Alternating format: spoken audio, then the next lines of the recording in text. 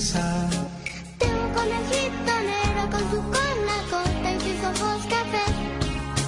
Dice mi tía Camilo que lo halló jugando allá por el Petén.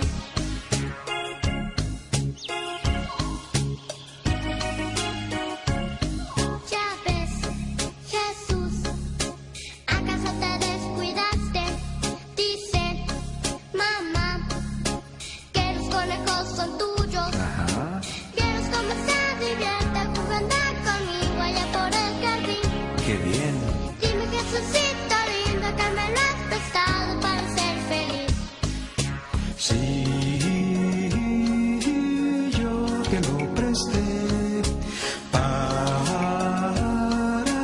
que juegues con él. No es conejo de peluche como algunos niños tienen por allí.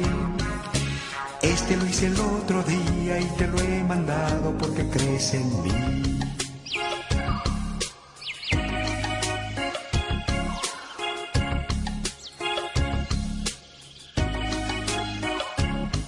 Jesús, Jesús, quiero contarte una cosa. A ver, ¿qué es?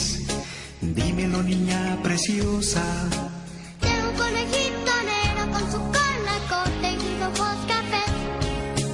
Dice mi tío Camilo que lo halló jugando allá por el Petén. A ver, cuéntame más. Ya ves, Jesús, ¿acaso te descuidaste?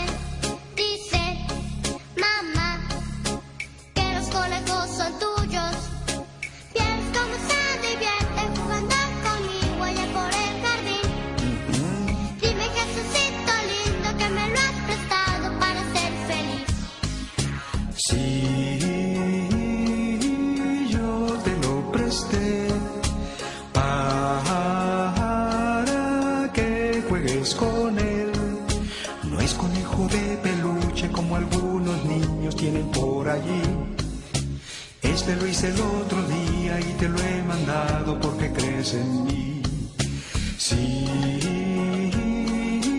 yo te lo presté para que juegues con él.